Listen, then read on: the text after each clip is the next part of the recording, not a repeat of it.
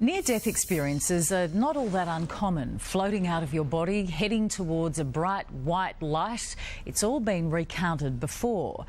Which is why what you're about to hear is so confounding. The man you are about to meet is a man of science, a brain surgeon centred in logic. Which is why his story of having died and gone to heaven is being seriously reported as proof the afterlife does exist. We'll let you be the judge. Here's PJ Madam.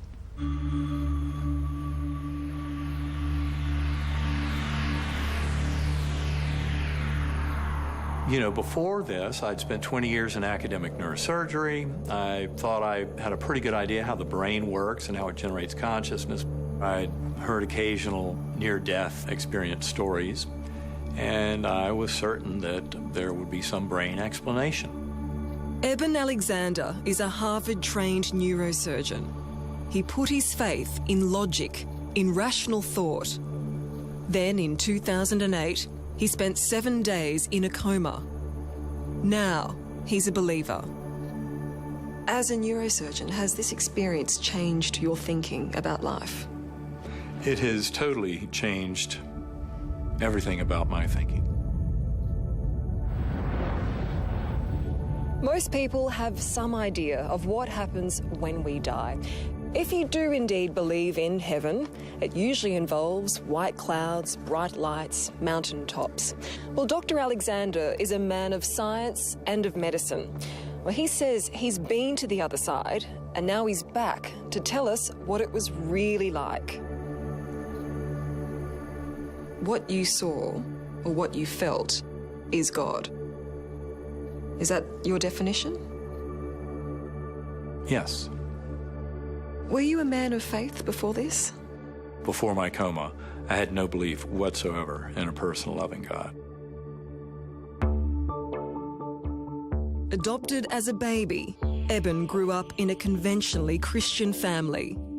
If you had asked me before my coma, how much would a patient who was extremely sick and should have died from a severe case of bacterial meningitis, how much would they remember? I would have said nothing. They would not remember a single thing.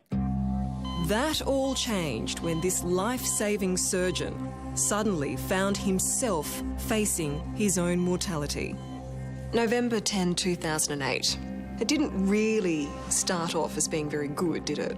No, it was basically like being struck by a freight train. Woke up at 4:30 in the morning, had severe back pain, like nothing I'd ever felt before. It was a very severe meningitis, and the CT scans showed that it coated my entire brain. There wasn't any part of my neocortex that was left unscathed. For 7 days, Dr. Alexander was in a coma. He was all but lifeless, completely unconscious. Yet he experienced a consciousness that defied all his years of medical training. Here was this beautiful melody and this light spinning closer and closer. It opened up as a portal into this gorgeous realm that was verdant, waterfalls, colors indescribable, and millions of butterflies flying through, a very ultra-real scene. And then there was a warm breeze blowing through that was like the breath of divine. In the hospital, his doctors were losing hope. My physicians were telling my wife that basically she'd be raising our sons alone. My 10-year-old son, Bon, had heard that, realized it was very bad news, came running into my room, pried my eyes open, and, "Daddy, you're going to be okay. Daddy, you're going to be okay. Daddy, you're going to be okay."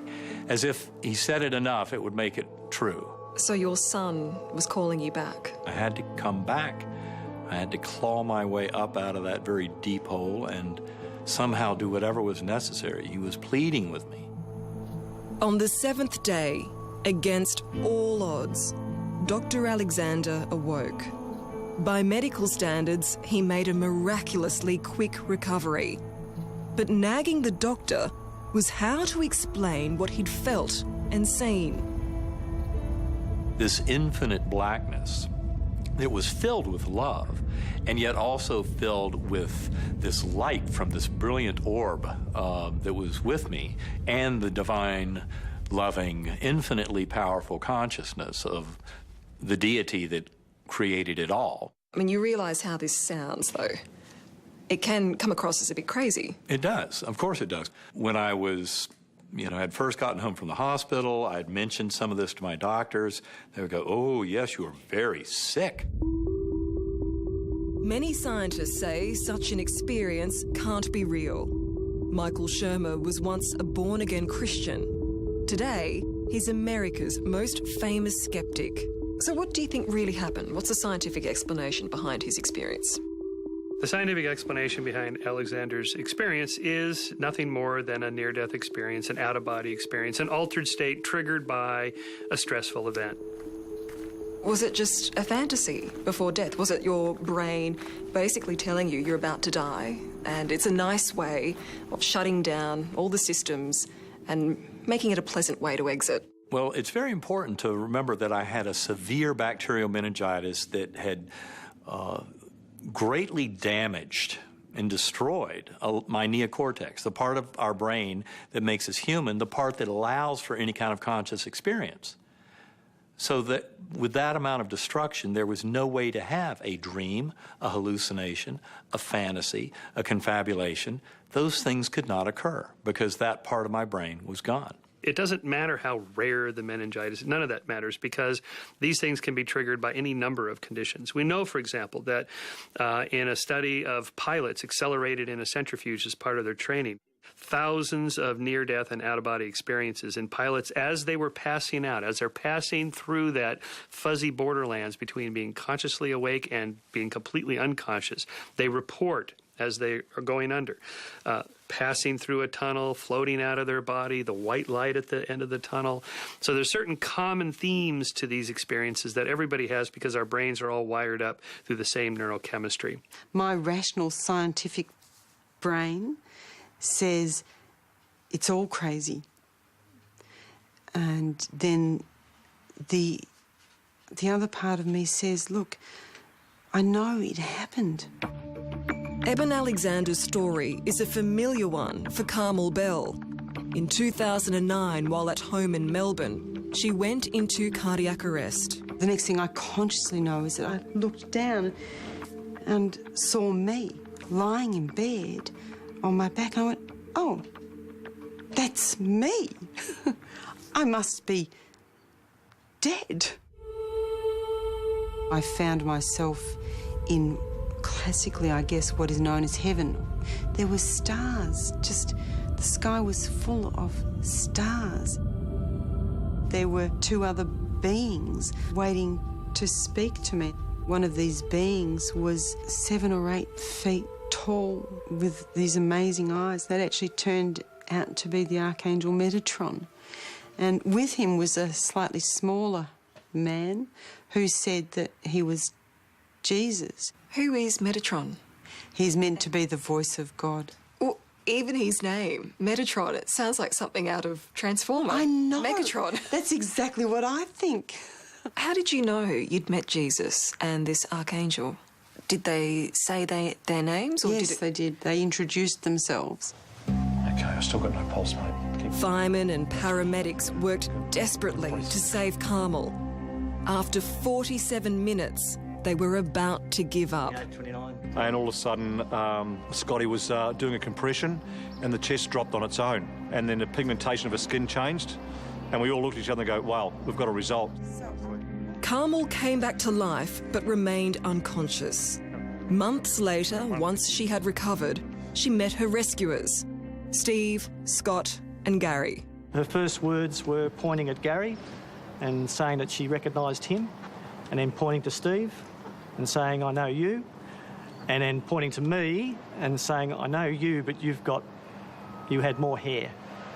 And at the time that we had the MR call with Carmel, I did have longer hair, and then cut it short. So, yeah, that was a surprise. Yeah, that threw us all back. We thought, wow. I don't think it's crazy. Wouldn't it be nice when science can actually catch up?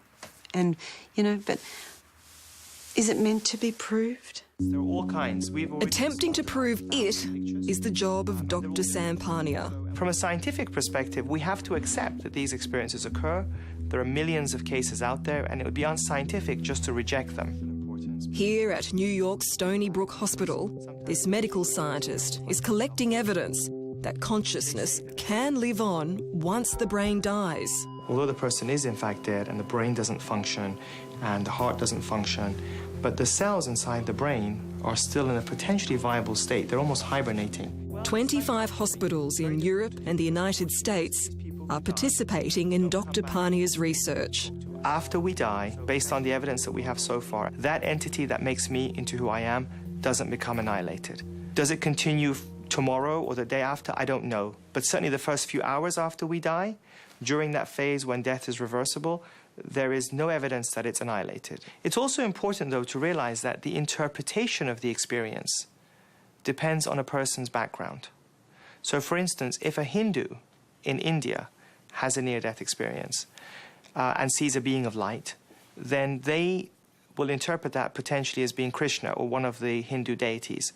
Whereas if somebody, say, in Australia who's a Christian, or in America who's a Christian, has an experience, they may perceive that they saw Jesus. One of their tests of whether out-of-body experiences really happen is to place photos like this butterfly high above critically ill patients on the operating table. And the idea is very simple. If we get a group of people who come back and claim to have seen us, we want to know whether they also see the images as well. It was one vivid image seen by Dr. Alexander that finally convinced him that what he'd experienced was real. There was a beautiful girl beside me on the butterfly wing. I can remember her face so perfectly, these sparkling blue eyes and light brown hair and this loving smile, and she never said a word, but her thoughts went right into me. You are loved, you are cherished dearly forever. There's nothing to fear. I knew her face so well, but I'd never met her in my life. This is the woman Eben saw. Her name is Betsy. After Eben was adopted, his biological parents went on to have more children, including Betsy. She died in 1998. They never met, and it was only after his coma that the family sent him this photo. And it was the very same girl who had been on the butterfly wing. And her face in the picture was almost mocking me, like, do you finally get it? People want to believe. They want to think there's an afterlife, everything's going to be great, everybody loves you, all justice will be served, and everything will be made right in the end. I mean, who wouldn't want to believe that? I would like to believe, but what's more important for me is what's actually true. I saw things I couldn't understand, couldn't explain, and I figured someday there would be a brain-based scientific explanation. Now I know there's a much easier, simpler, more straightforward explanation. That is that our soul is eternal, that our spirit lives forever.